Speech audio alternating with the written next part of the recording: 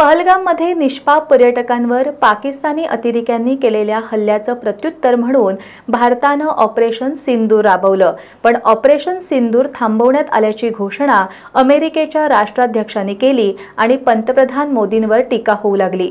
या टीकेवेळी संपूर्ण देशाला 1971च्या पाकिस्तानचे 2 तुकडे करणाऱ्या युद्धावेळी तत्कालीन पंतप्रधान इंदिरा गांधींनी अमेरिकेचा दबाव झुगारून दिला होता। आज त्यांच्या जयंती दिनी त्यांच्या या कणखर बाण्याची प्रकर्षाने आठवण होते।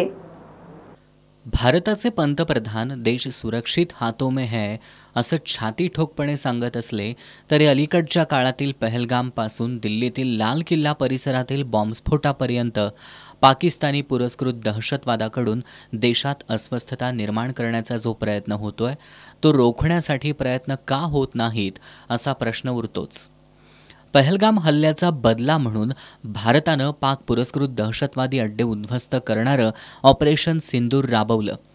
या ऑपरेशन दरम्यान अमेरिकेनं केलेल्या हस्तक्षेपामुळे भारताचे पंतप्रधान नरेंद्र मोदींवर चौफेर टीका झाली। एकीकडे भारताच्या परराष्ट्र मंत्र्यांनी ऑपरेशन सिंदूर थांबवण्यात अमेरिकेचा दबाव नव्हता असं स्पष्ट केलं असलं तरी डोनाल्ड ट्रम्प मात्र मिळेल त्या व्यासपीठावर आपणच भारताला युद्ध थांबवण्यासाठी भाग पाडल्याचं अजूनही सांगतायत। अमेरिकेसमोर भारतानं सरेंडर होणं भारतीयांना रुचलेलं नाही। यावर समाज माध्यमातून जी चर्चा होतीये त्याच्या केंद्रस्थानी असतात भारताच्या पहिल्या महिला पंतप्रधान इंदिरा गांधी। पूर्व पाकिस्तानातील लोकांवरील अत्याचारानं भारत अस्वस्थ असला तरी अमेरिकेला भारतानं यात काही भूमिका घेऊ नये असं वाटत होतं।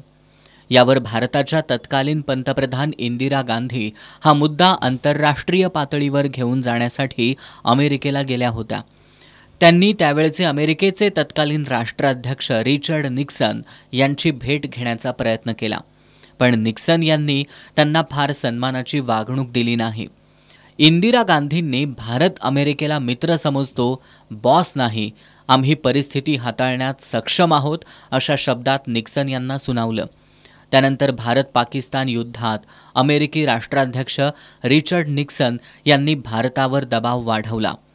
अमेरिकेनं पाकिस्तानच्या मदतीसाठी बंगालच्या उपसागरात आपलं 7वं आरमार उतरवण्याची धमकी दिली, पण इंदिरा गांधींनी 7वं आरमार येऊ दे नाहीतर 70वं येऊ दे, हिंदुस्थानला फरक पडत नाही असं म्हणत अमेरिकेसमोर झुकणं टाळलं।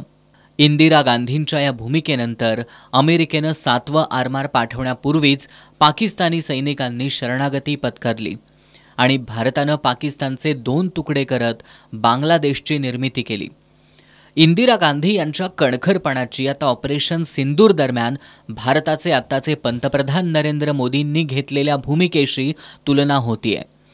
भारत आणि पाकिस्तानमधील शस्त्रसंधीबद्दल अमेरिकेच्या राष्ट्राध्यक्षांनी ट्विट करून माहिती देण्यावरून पंतप्रधान मोदींवर टीकेची झोड उठली।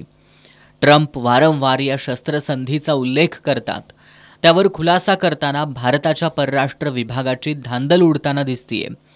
आज स्वर्गीय इंदिरा गांधींच्या जयंतीनिमित्त त्यांच्या या कणखर बाण्याची आठवण होतेच।